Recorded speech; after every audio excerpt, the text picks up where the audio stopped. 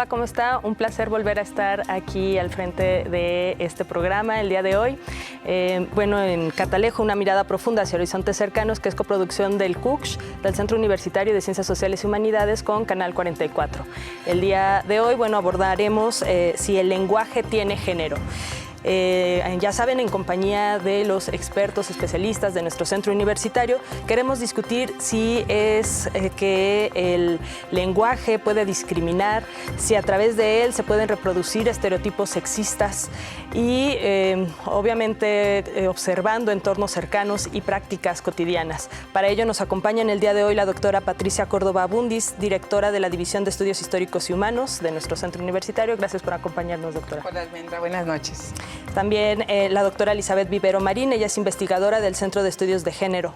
Un placer tenerla aquí. Buenas noches. Y también el doctor Gerardo Gutiérrez Cham, codirector del Centro María Sibila Merian de Estudios Latinoamericanos Avanzados, CALAS. Buenas noches, gracias por la invitación.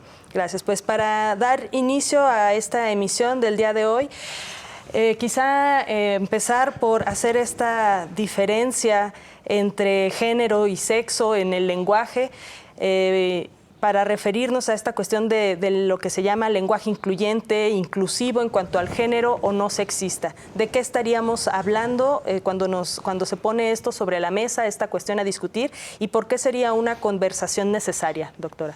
Sí, cómo no, Almendra.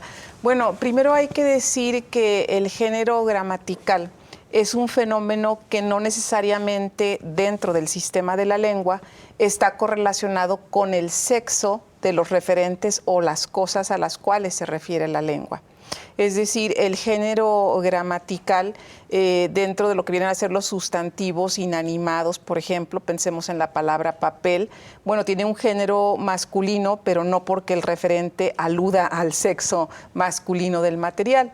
En ese sentido, los gramáticos de la lengua plantean que el género gramatical está desvinculado del sexo de los referentes. Sin embargo, hay lo que llamamos el género semántico.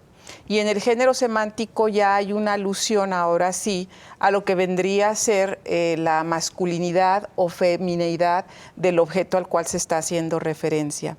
Entonces, sabemos que en el género gramatical pues hay un morfema por antonomasia, que es el masculino, que es la O, y el femenino la A. Pero cuando entras al problema ya del género semántico, pues tenemos en realidad otros sufijos, otras desinencias, que no necesariamente es la O, por ejemplo, para indicar el masculino.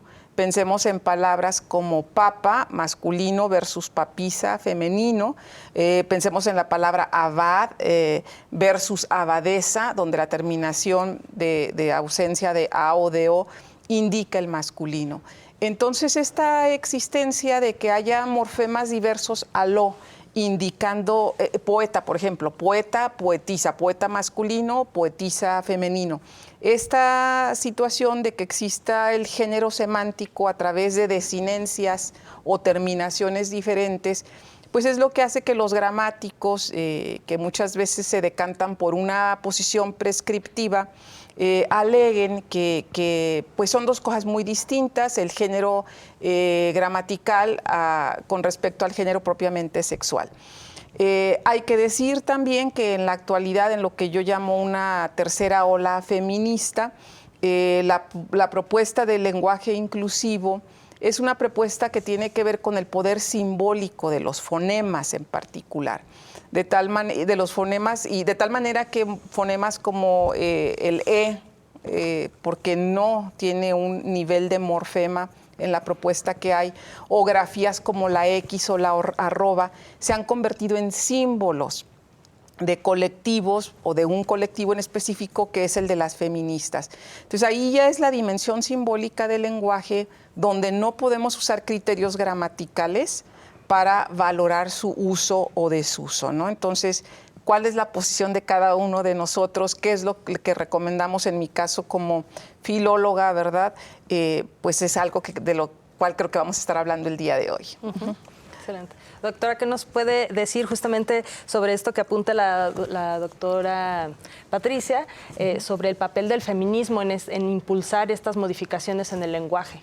Bueno, como bien señala la doctora Patricia, estamos ante una tercera, incluso hay algunas feministas, historiadoras del feminismo, que hablan de una cuarta ola feminista, ¿no? Porque ya estamos incluyendo justamente a las identidades no binarias o también las llamadas identidades genderqueer, que no se identifican con estas terminaciones, ¿no? Con esto que ya comentaba la doctora Patricia, y que entonces buscan otras formas de ser representados y ser visibilizados, ¿no? Entonces estamos ante una evolución de un posicionamiento político frente al lenguaje, y que, como bien señala la doctora Patricia, ya cada quien ante esta diversidad y ante estas posturas, estas posiciones, decide si utiliza o no utiliza el lenguaje, ahora sí con esta carga, ¿no? Con esta carga que es mucho más política que gramatical o que lingüística. Entonces sí estamos ante un avance, ante un posicionamiento cada vez más firme del colectivo feminista y de las comunidades LGBTQ y más, para establecer pues ciertos criterios para ser incluidos en el lenguaje, ¿no? Entonces sí creo que hay pues avances y ha habido logros importantes, y bueno, las polarizaciones que yo creo que también vamos a hablar de ellas más adelante.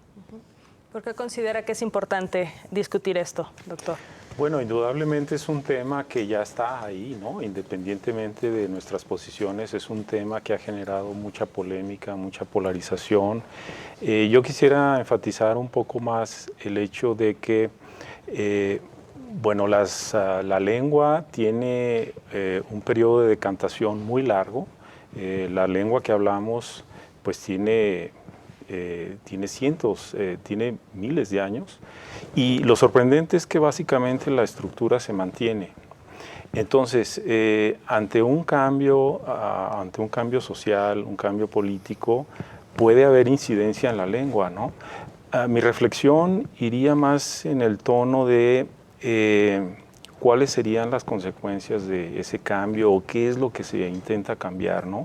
El riesgo, creo, del lenguaje inclusivo es que se convierta en una especie de cortina de humo lingüística, ¿no? Porque mientras tenemos una sociedad con muchas desigualdades hacia las mujeres, utilizar las marcas como los, no necesariamente puede garantizar el equilibrio de esas desigualdades, ¿no? Por el contrario, en algún momento eso podría ocasionar o podría tranquilizar a los machines, como les dice Concepción Company, digamos, dejarlos tranquilos y suponer que al utilizar los y las ya son incluyentes, cuando puede haber actitudes muy discriminatorias hacia las mujeres, ¿no? Entonces, el riesgo está en que enfoquemos mucho las energías, la discusión, en algo que podría ser un tanto superficial a nivel de lenguaje, y dejemos de lado las discusiones de fondo, ¿no? Ahí hay mucha discusión ahí de por medio, pero una de las características de la lengua es precisamente su libertad, digamos, la gran capacidad que tiene para hacer variantes morfosintácticas y para absorber cambios que son creativos, ¿no? Toda esta creatividad es muy importante. Por otro lado, ya se ha hablado mucho de la economía de la lengua, ¿no? Una lengua en la que no necesariamente todo lo que no se nombra no está representado, ¿no? O sea, sí está representado, y esa es una discusión de fondo, ¿no? Creo que un argumento de fondo que se ha utilizado desde el feminismo, que por cierto, claro que lo reivindico, es uno de los grandes movimientos del siglo XXI, es decir que lo que no se nombra no existe, ¿no? Y en la lengua no es necesariamente eso, ¿no? Hay muchas cosas en la lengua que no se nombran explícitamente y están ahí, ¿no?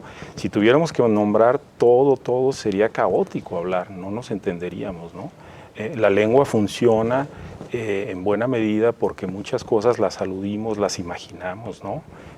Entonces, bueno, así funciona la lengua, pero por supuesto que no quiero deslegitimar la discusión porque es un tema muy, muy importante. Creo que hay un asunto ahí de representatividad simbólica y política, como decía la doctora Patti y la doctora Elizabeth, ¿no? Muy relevante. Excelente. Pues vamos a ir a nuestro primer corte con esta idea: lo que no se nombra no existe, y seguir analizándola durante el resto de la hora. Esperamos que se queden con nosotros. Enseguida continuamos en Catalejo.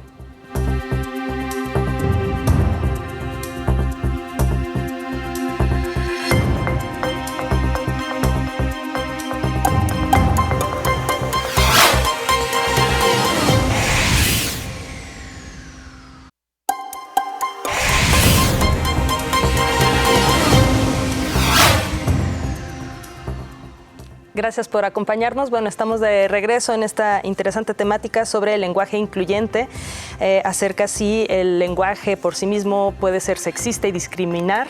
Por aquí la doctora Patricia nos va a decir su opinión al respecto. ¿Qué opina, doctora? ¿Es el lenguaje en sí mismo el que hace esto? No, bueno, yo creo que sería muy importante que hagamos una distinción entre la lengua, o sea, y en este caso la lengua como lenguaje, y el discurso. O sea, definitivamente, o sea, no podemos decir que el aspecto segregacionista o discriminatorio está en la lengua en sí misma, en el lenguaje, sino que viene a estar en el uso del lenguaje, en su enunciación, y en ese sentido está en el discurso. Sin embargo, esto no significa que no debamos reivindicar el poder simbólico de ciertos elementos lingüísticos, como explicaba hace un momento. O sea, pensemos simplemente en las identidades lingüísticas de México y de España. O sea, México tiene una identidad lingüística fincada en un fonema que es la X, ¿no? O sea, defendemos que México se escribe con X, tenemos aspectos toponímicos con X reiterados, bastantes vocablos, y España, en contraste o en analogía, tiene la presencia de la ñ, que está en su propio nombre de España, y recuerdo cuando la innovación digital era una discusión tremenda respecto a la presencia de la ñ en los teclados o no presencia. Así, de la misma manera, el movimiento feminista encuentra en la letra E o en la grafía @ o X un símbolo de su movimiento político, de su movimiento identitario. Entonces, yo sí creo que es un aspecto no separado de política o lingüística, sino de política lingüística, por un lado. Por otro lado, creo que es muy importante tomar en cuenta el concepto de sexismo discursivo y sexismo lingüístico. O sea, la lengua en sí no es discriminatoria. Podemos usar elementos, sin embargo, de la lengua para simbolizar un movimiento político, y, sin embargo, es en el discurso donde sí vamos a encontrar construcciones conceptuales, construcciones de contenido a través de los cuales se puede discriminar a la mujer. Algunas estrategias discursivas que propician esto es algo que llamamos la tematización o topicalización, que es simplemente el hecho de qué elementos aparecen a la izquierda del discurso, qué se nombra primero. Otros elementos, las nominalizaciones, ¿no? O sea, no hablar de la esposa de, la señora de, sino pues hablar del nombre de esa persona, de esa mujer en este caso. El visibilizar a través de las nominalizaciones a las mujeres, el atribuir acciones trascendentes a las mujeres, es decir, cómo se construye el discurso. Es ahí donde podemos decir que es bastante discriminatorio. Pensemos en expresiones discursivas como los proverbios, los llamados refranes, pues en ellos, que son parte del acervo idiomático de una comunidad lingüística, podemos encontrar posiciones discriminatorias. Pensemos en el típico calladita te ves más bonita, ¿no? O sea, donde precisamente se hace alusión a una práctica discursiva viejísima, que es la mujer debe de estar callada, no debe de interrumpir, es el hombre el que debe de accionar a través de la palabra. Entonces, hay de hecho un inventario de proverbios donde a la mujer se le vetan ciertos roles y se le exaltan otros, ¿no? O sea, la mujer casada como las carabinas en la esquina y cargadas, ¿no? Entonces, todas estas prácticas discursivas, que estas son ejemplos de proverbios, pero hay muchas otras que se construyen en los actos de habla cotidiana, son donde pueden incidir negativamente respecto a lo que somos las mujeres. Entonces, distinguir el sexismo discursivo del sexismo lingüístico, y en ese sentido estar atentas y desarrollar un pensamiento verbal que permita a la mujer posicionarse y defender la posición que se le da o que ella misma se arroga a través de las palabras. Muy bien. Desde estas formas de referirse también a las mujeres a través de su estado civil, ¿no? Señora, señorita, lo que no pasa con los hombres, por ejemplo. Desde la postura feminista, doctora, ¿qué nos podría decir justamente sobre esta cuestión que señalaba la doctora Patricia, de cómo el hombre ha sido históricamente el encargado de reproducir e institucionalizar el lenguaje? En este sentido, entonces, las mujeres promueven esta lucha en el que buscan ser nombradas, no solo las mujeres, sino otros grupos sociales. ¿cómo decirlo? Sí, finalmente, ¿cómo opina usted de esta lucha? ¿Qué tan importante es desde esta postura? Sí, desde el posicionamiento feminista, bueno, como ya se ha comentado y reiterado aquí, pues es una posición muy sui generis, ¿no? Porque las feministas han hecho hincapié que ya comentaba la doctora Patricia, ¿no? Con una carga histórica y una carga política y social, ¿no? A lo largo de la historia, en la que vemos que las mujeres son invisibilizadas en el discurso, ¿no? Entonces es reivindicar justamente esta posición de las mujeres, visibilizarlas, nombrarlas, lo que decíamos antes de irnos al corte, de lo que no se nombra, lo que no se nombra no existe, ¿no? Entonces ellas retoman toda esta carga discursiva, toda esta carga simbólica para decir: las mujeres tenemos un lugar y tenemos que ocupar ese lugar, también en el lenguaje, ¿no? Algo que utilizan mucho como estrategia, pues es justamente este desdoblamiento de nombrar, ¿no? Los y las, que bueno, la RAE obviamente lo considera como un uso inadecuado del lenguaje, porque justamente dentro de la gramática sabemos que el plural masculino engloba ambos, ¿no? Pero pues es ¿Pero realmente lo hace? Exactamente, ¿no? Es algo que las feministas pues cuestionan, ¿no? Si realmente en ese los que engloba a ambos estamos nosotras representadas, y pues ellas consideran que no. Ellas han considerado que hay que nombrar para poder tener esa posición en la sociedad, para tener esa posición en la historia, en la cultura, ¿no?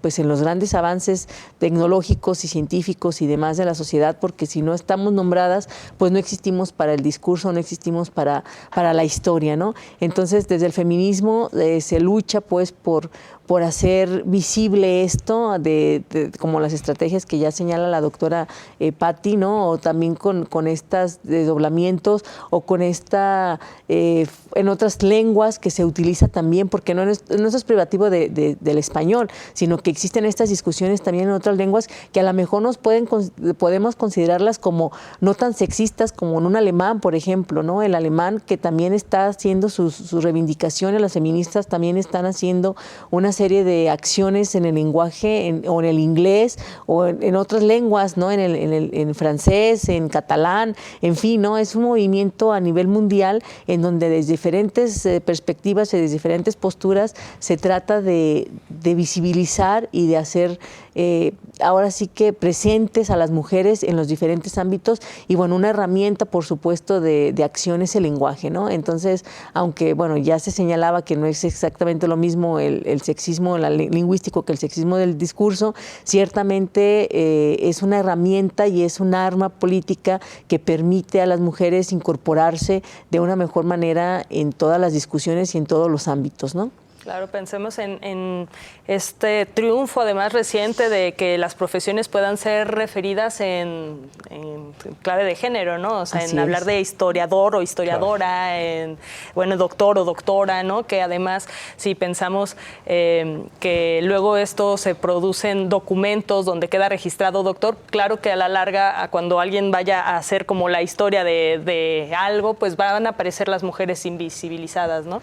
Me llama la atención esto que refiere, doctora, sobre la presencia de esta lucha y reivindicaciones en otros idiomas, lo cual pues sí desconocía, era una justo duda que tenía si eso solamente pasa en el español, y en esos otros idiomas también existe algo como la RAE, que dice, no, esto que están haciendo ustedes, o sea, y que viene a querer decir cómo constituir la habla, que finalmente es un cuerpo vivo, ¿no? Que está evolucionando junto con sus hablantes. Sí, bueno, como la RAE tal cual, a lo mejor no, bueno, existen academias de la lengua, por supuesto, en la academia francesa, ¿no? O en el alemán, que también tiene su academia, ¿no? De la lengua. Digamos, no hay una institución a lo mejor tan igual o idéntica que la RAE, ¿no? La RAE, que bueno, es una institución de siglos, ¿no? Que nos marca las reglas y nos marca el devenir de la lengua, y que incorpora ciertos cambios ya cuando un uso está muy extendido, en fin, ¿no? Que sabemos todo esto, cómo se maneja. Quizá no exista algo similar o más bien dicho, algo idéntico, ¿no? Porque similar sí lo tenemos, ¿no? Tenemos las lenguas de las academias de las lenguas en otras lenguas, ¿no? Que también vigilan y que dan seguimiento a los procesos de las lenguas y que también están en oposición, ¿no?, al lenguaje inclusivo. En francés, hasta donde tengo entendido, se prohibió el lenguaje inclusivo por decreto porque decían que era una deformación de la lengua y de la gramática tal cual, y las feministas siguen luchando para decir, bueno, es que el francés se tiene que abrir a este lenguaje inclusivo y tenemos que hacer evidentes las otras identidades no binarias, ¿no? Entonces, sí tienen sus normas, sí tienen sus instituciones que también vigilan y que a lo mejor no con tanta regulación o no tan imperativamente no regulados, pero que sí marcan las tendencias y que sí establecen los criterios que norman una lengua, ¿no? Porque, pues, bueno, en todos los países tiene que haber como esta institución que cumple esta función, ¿no? Entonces sí lo hay. Muy bien, gracias. Pues vamos a ir a nuestro siguiente corte. Quédense con nosotros para seguir descubriendo las particularidades del lenguaje desde perspectiva de género en Catalejo. Regresamos.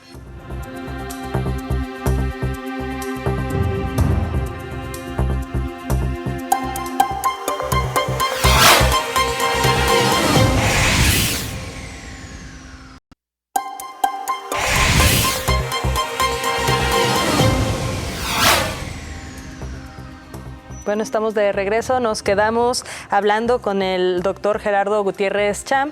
Y bueno, ¿qué opina usted, doctor, sobre esta discusión en torno al lenguaje incluyente y el papel que desarrolla en él la RAE en esta cuestión de intentar normar y regular justamente lo que se puede o no puede decirse en torno al género?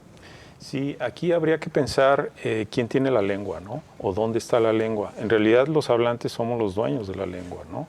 La RAE, pues, es una institución que ya tiene bastantes años, que ha intentado normar ciertas cosas, pero hay muchas otras que, por más que la RAE intenta normar, los ciudadanos comunes de a pie, jugamos mucho con la lengua. O sea, la sintaxis libre, la capacidad de metaforizar y la capacidad de jugar con la lengua y de introducir nuevos vocablos, eso no depende necesariamente de la RAE, sino de los hablantes, ¿no? Por eso, lo que está pasando ahora con el lenguaje inclusivo, pues me parece muy interesante, porque es un fenómeno en movimiento, ¿no? Ahora, generalmente primero tenemos los cambios sociales y después cambios en la lengua, ¿no? No sabemos qué va a pasar, pero es muy probable que, bueno, vamos a necesitar varias generaciones para ver a dónde van a dar estos cambios. Creo que es muy importante lo que decía la doctora Patti en relación al nivel simbólico de la lengua, ¿no? O sea, una cosa es el sexismo lingüístico y otra cosa son las prácticas discursivas, ¿no? Yo considero que se deberían, bueno, es muy válido hacer todos los esfuerzos posibles para que haya mucha reivindicación hacia las mujeres, ¿no? Para que haya más inclusión en todos los ámbitos, que haya discursos realmente respetuosos, en fin, ¿no? Que se pueda hacer todo lo que sirva para reivindicarlas, ¿no?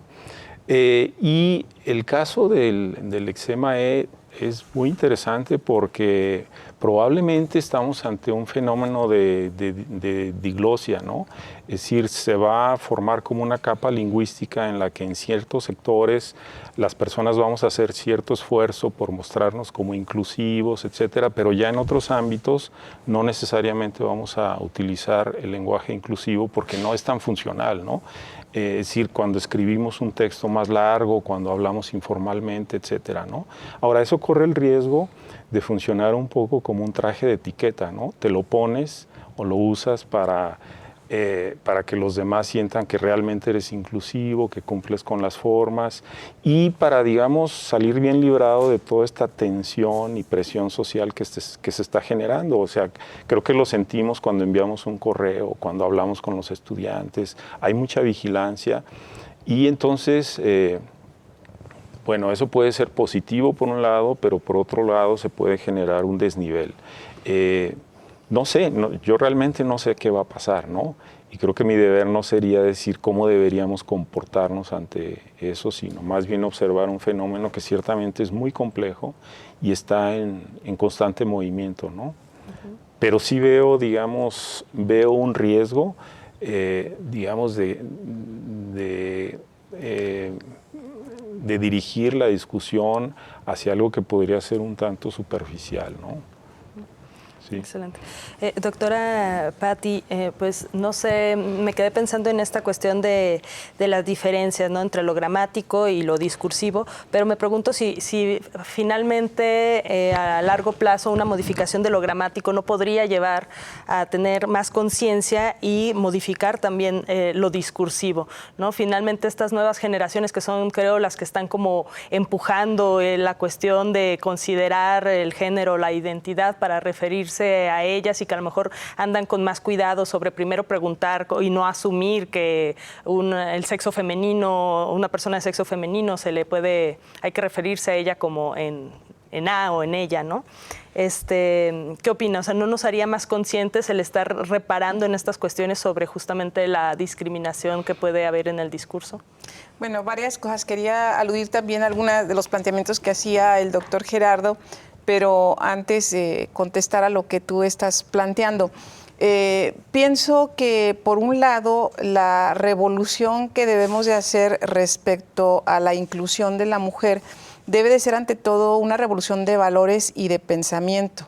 Si se hace una revolución de valores y de pensamiento respecto a los roles de la mujer, automáticamente viene una revolución en el discurso y en la lengua. Lo pienso más bien desde ese lado.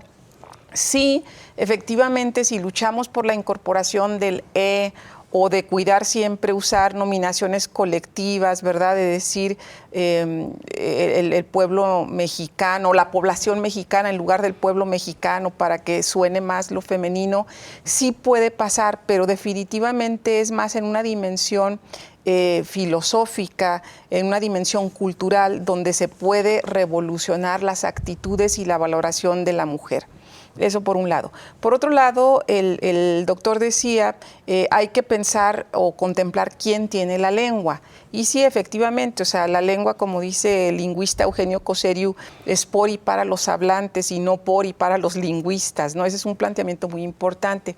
Pero en consecución de ese planteamiento que él hacía, yo pienso que es muy importante saber retomar un concepto muy sencillo pero muy poderoso, que es el concepto de contexto, es decir, dónde se usa la lengua, dónde se construye el discurso. Hablaban hace rato la doctora Elizabeth de los desdoblamientos, ¿no? O sea, las mexicanas, los mexicanos. Hay un caso particular que la RAE, en un informe que hizo en 2020, el año pasado, pone en evidencia la Constitución del 2009, la Constitución venezolana del 2009, donde lo que se hizo fue hacer desdoblamientos generalizados. De tal manera que dice, los venezolanos, las venezolanas, los ministros, las ministras, los ciudadanos, las ciudadanas, y llega a tal grado el desdoblamiento que la comunicación se entorpece. Entonces, por eso es muy importante pensar el dónde se está usando la lengua, en dónde se está construyendo el discurso y con qué intenciones. Tengo otro caso, es una anécdota. Hace unas semanas participé en un seminario virtual y una de las ponentes era una chica estudiante de un doctorado en una universidad norteamericana y se estaba esforzando por usar el lenguaje incluyente o inclusivo a lo largo de su exposición, y llegó un momento en que dijo, a ver, espérenme, y entonces no podía lograr construir todas las oraciones con el lenguaje incluyente, es decir, convirtiendo con terminaciones de los sustantivos y los adjetivos. Lo que quiero decir con esto es que es muy difícil que por decreto, con una actitud un tanto totalitaria, pretendamos que todos empecemos a hablar de una manera nueva.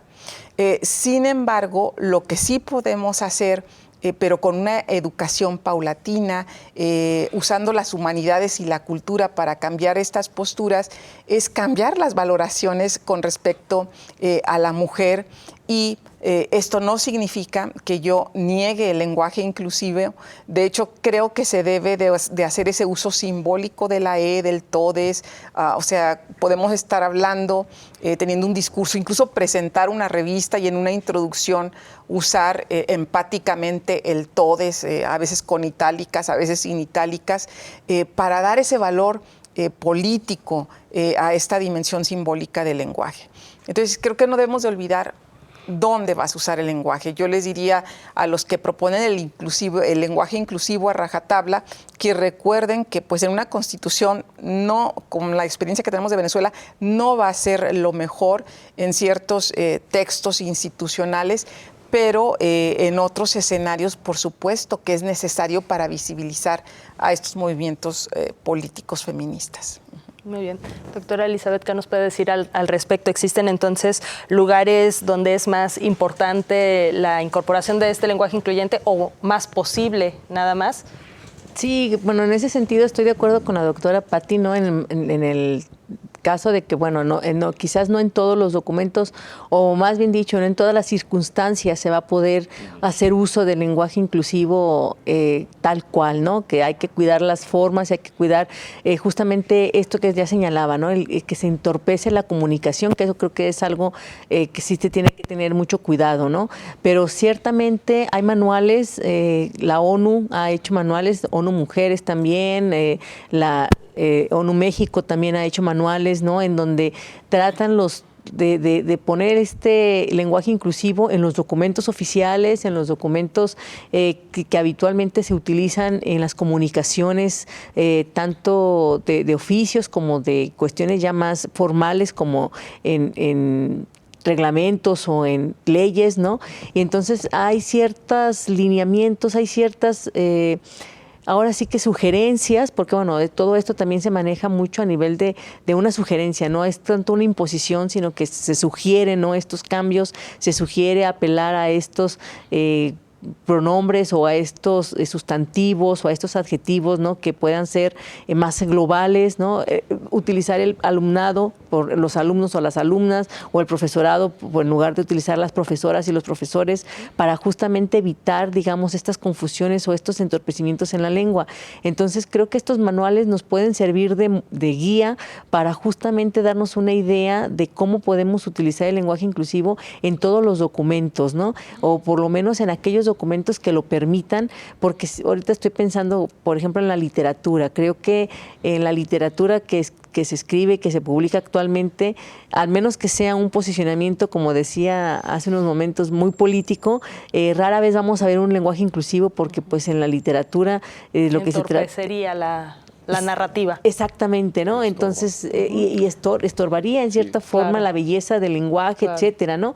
Entonces ahí creo que sería el último bastión en caer, quizás, ¿no? Al lenguaje inclusivo, si no es que a lo mejor es el que resista más, ¿no? Porque justamente pues ahí sería casi imposible, o si no imposible, por lo menos sí muy difícil de poderlo utilizar, ¿no? Entonces ahí creo que sí es necesario saber en qué contexto y en qué circunstancias se utilizan el lenguaje inclusivo. Excelente. Muchas gracias. Vamos a ir a nuestra siguiente corte.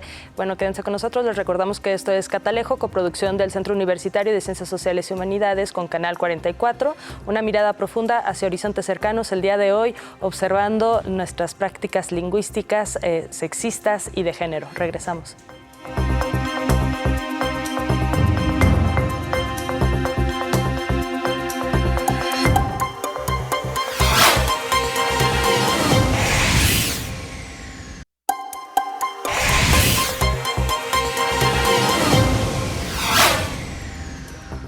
Bueno, estamos de regreso.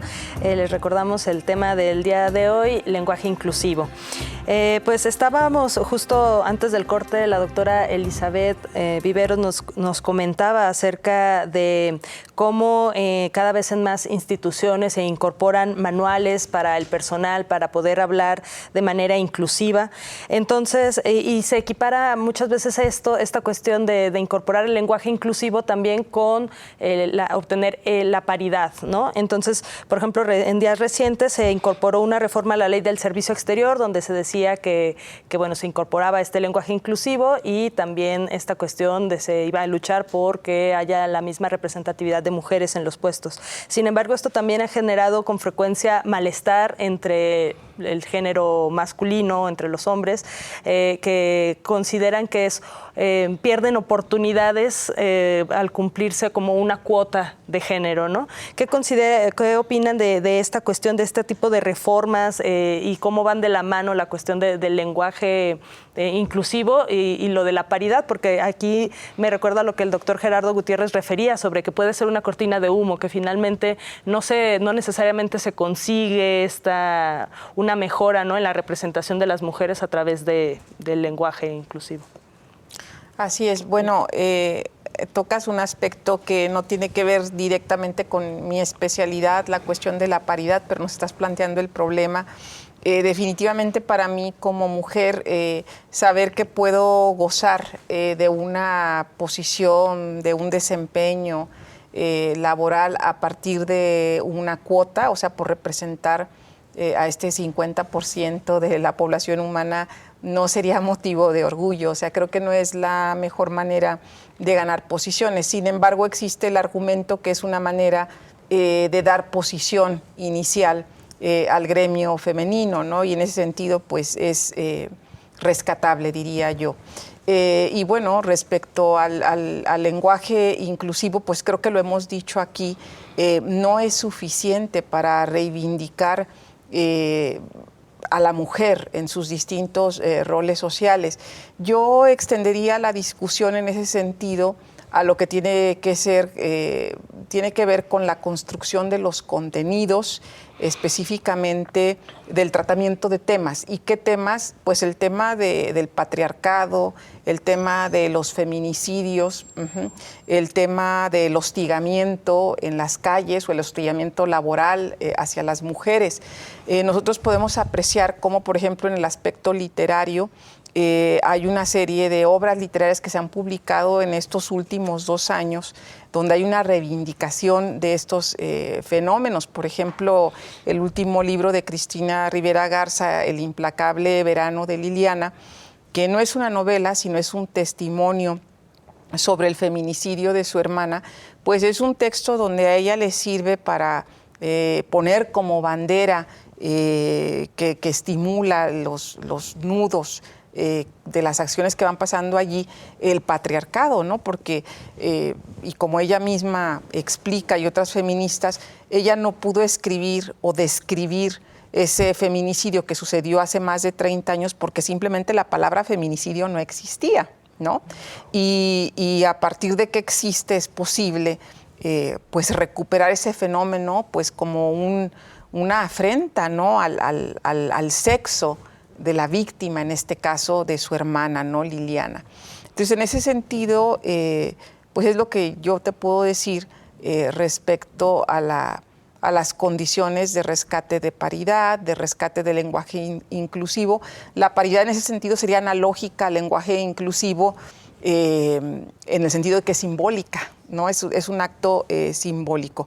Ahora, creo que no hemos aclarado qué entendemos por lenguaje inclusivo, porque hemos dicho que, bueno, esta intención de darle un carácter de morfema sin marca de sexo a la E o las grafías X y arroba, pero en realidad la misma RAE distingue, habla de lenguaje inclusivo y no incluye esta versión vernácula de la población del lenguaje inclusivo. Para ellos el lenguaje inclusivo son los desdoblamientos, el uso de sustantivos colectivos donde no se detecta el género, el ser humano, la humanidad, por ejemplo.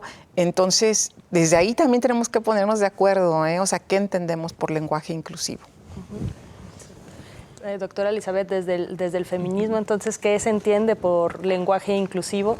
¿Y cómo ve usted esta relación del paternalismo como internalizado que muchos tienen y que no consideran, no ven esta necesidad, ¿no?, del lenguaje justamente inclusivo y la relación con los feminicidios que puede tener, que justamente abordaba la doctora Patricia? Sí, bueno, desde el feminismo obviamente se considera lenguaje inclusivo todas aquellas estrategias que nos permitan justamente dar cabida a las múltiples identidades que existen, ¿no? No nada más las cuestiones femeninas masculinas, sino también las identidades no binarias, y en ese aspecto pues están a favor de todas estas inclusiones, todas estas variantes, ¿no? Que se pueden formar a partir de reminiscencias neutras, por ejemplo, también, ¿no? Se habla de que retomar quizás a estos sustantivos que terminan en E también, como los estudiantes, ¿no? O las estudiantes que ya tienen la terminación E y que es una reminiscencia neutra, y entonces, bueno, recuperar quizás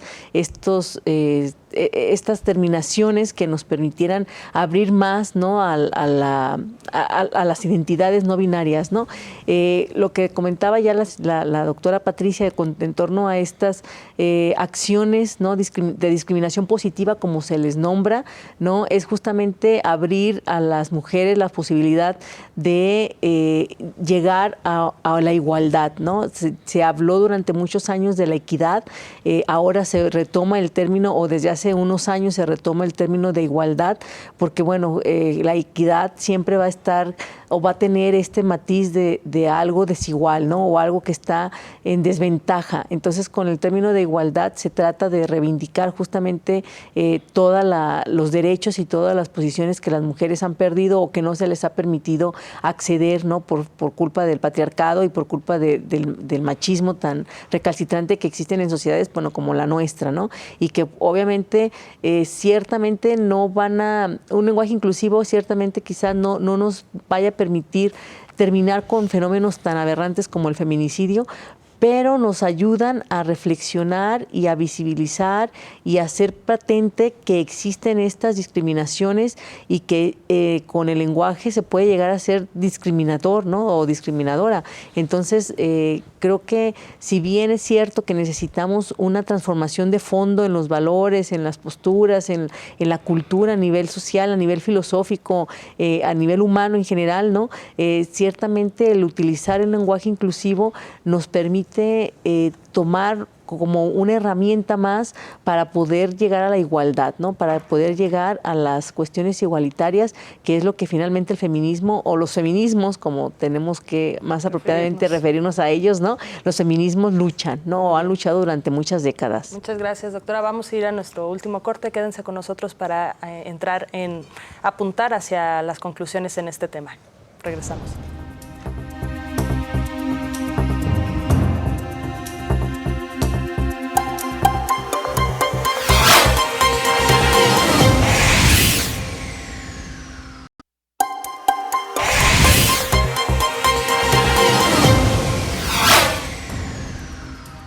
Bueno, estamos de regreso en Catalejo, programa del Centro Universitario de Ciencias Sociales y Humanidades, hablando el día de hoy sobre lenguaje incluyente. Doctor Gerardo Gutiérrez, pues díganos qué es lo que se nos está quedando fuera de esta discusión que no hemos abordado, y apuntando hacia las conclusiones de un tema que pues no, o sea, es vastísimo y que hay muchas aristas para indagar en él. Sí, claro, es algo que estábamos comentando ahora en el corte. Es un tema muy amplio, muy complejo, que tiene muchas vertientes, está en pleno movimiento. Yo insistiría en el hecho de que, bueno, probablemente estamos ante un cambio de código que vamos a aprender. Digamos, yo personalmente no estoy en contra de, ¿no? Tengo reservas porque me doy cuenta de que también se ha utilizado un poco maniqueamente, y creo que desde mi punto de vista, algo que no deberíamos de perder en atención es la educación. Cuando hablamos de inclusión, habría que estar pensando siempre qué es lo que se incluye, ¿no? ¿Quiénes son los incluidos? O también quiénes son los que no se incluyen, ¿no? Y entonces, si hay una reivindicación de las mujeres que es muy válida, es muy importante, creo que habría que incidir mucho en educación, en el respeto de las instituciones, en la manera en que se producen discursos al hablar de las mujeres, etcétera, en una comunicación mucho más horizontal, ¿no? Por supuesto, los nuevos lexemas que están apareciendo, ¿no?, pues son muy interesantes, indudablemente, porque hay una parte simbólica que se está colocando, pero creo que no va a ser suficiente, por muchas razones. La lengua históricamente nos ha mostrado que para que haya cambios significativos tiene que permear transversalmente a muchos sectores de la lengua. O sea, este nivel funcional, nos guste o no, forma parte de nuestra lengua, ¿no? Entonces, somos 400 millones de hablantes del castellano en América. Entonces, para que estas marcas del lenguaje inclusivo realmente permeen a toda la población, vamos a necesitar a lo mejor generaciones y tendríamos que utilizarlas todos, ¿no? Lo cual es muy fuerte. Sin embargo, es muy probable que en ciertos contextos, como ya se ha dicho aquí, para ciertos momentos, sea muy válido y sea necesario, ¿no? Para otros probablemente no, porque nos va a estorbar. Pienso en las narrativas que se hacen en literatura, los diálogos informales que hacemos todos los días, ¿no? Es muy difícil estar controlando el uso de los, les, etcétera, ¿no? Comentaba la anécdota de hace unos días en un coloquio, una colega argentina estaba hablando y después de unos minutos pues se sintió muy angustiada de estar usando tanto el los y les, y ella misma caía en la cuenta de que se estaba estorbando a sí misma para comunicarse. Entonces tenemos que, digamos, hacer compatibles los dos niveles, ¿no? Este nivel político por un lado, el nivel social, el empuje feminista que es tan importante, y este otro nivel gramatical, funcional, que tiene como otra dinámica, ¿no? Entonces, ahora de fondo yo diría que lo más importante es educarnos, ¿no? Incidir en la formación de valores, en respeto hacia los otros. Eso es me parece que eso tiene una incidencia a largo plazo, ¿no? Esto que se conoce como políticas del cuidado, ¿no? Incidir en que las instituciones y las personas en general aprendamos o tomemos cada vez más en cuenta lo que piensa el otro, lo que hace, su manera de decidir, que dejemos de ser tan chabacanos a la hora de representar a las mujeres como si fueran solamente cuerpo y nada más, ¿no? Etcétera, tantas cosas que ya se han dicho, ¿no? Pero básicamente yo diría que el foco tendría que estar más en la educación y poner más atención en la producción discursiva que se hace hacia las mujeres, ¿no? Muy bien, doctora, sí. Gracias. Doctora Patricia, sus conclusiones en 2 minutos sobre este tema y lo que pudimos abordar. Sí, bueno, yo creo que sería muy importante que incorporáramos el concepto de tolerancia lingüística. Tolerancia lingüística de las dos partes, de quienes defienden un lenguaje inclusivo a rajatabla y de quienes están en contra de un uso indiscriminado y un uso más estratégico del lenguaje inclusivo. Definitivamente, como lo dije hace un momento y como lo está diciendo ahorita el doctor Cham, es muy importante incorporar la dimensión de la educación, la dimensión de trabajar contenidos y temas para sensibilizar hacia el respeto y la incorporación y la visibilización de la mujer y otros grupos marginales que hay en la sociedad, tal como ha propuesto la doctora Elizabeth. Entonces, en ese sentido, pues sí, hacer uso simbólico del lenguaje inclusivo, no en todos los contextos, no en todas las situaciones discursivas, pero sí en algunas. Es necesario que se desarrollen políticas lingüísticas donde se incorpore el género como un elemento de reflexión. Creo que debemos de dar más juego en cualquier institución, no se diga en las educativas.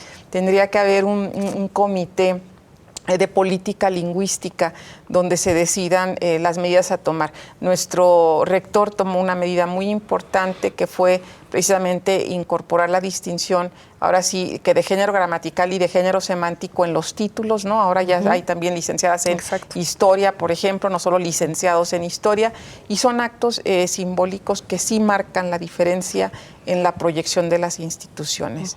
Entonces, eso es lo que te puedo compartir. Muchísimas gracias, doctora.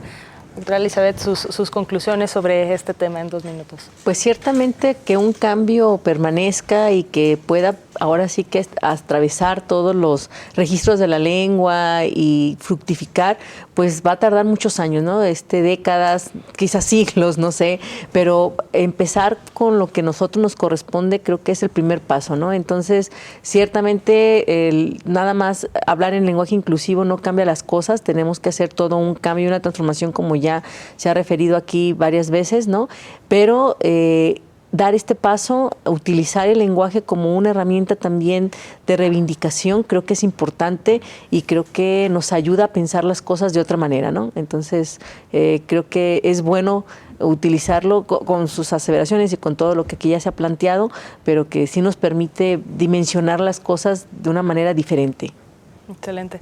Pues bueno, obviamente de este tema queda aún por hablar, esta transformación a largo plazo estructural que se plantea y esta adaptación también que va para largo, que no sabemos si se concretará y bueno, que habla esta movilización en el lenguaje de todo lo demás que se está moviendo de fondo en nuestra sociedad.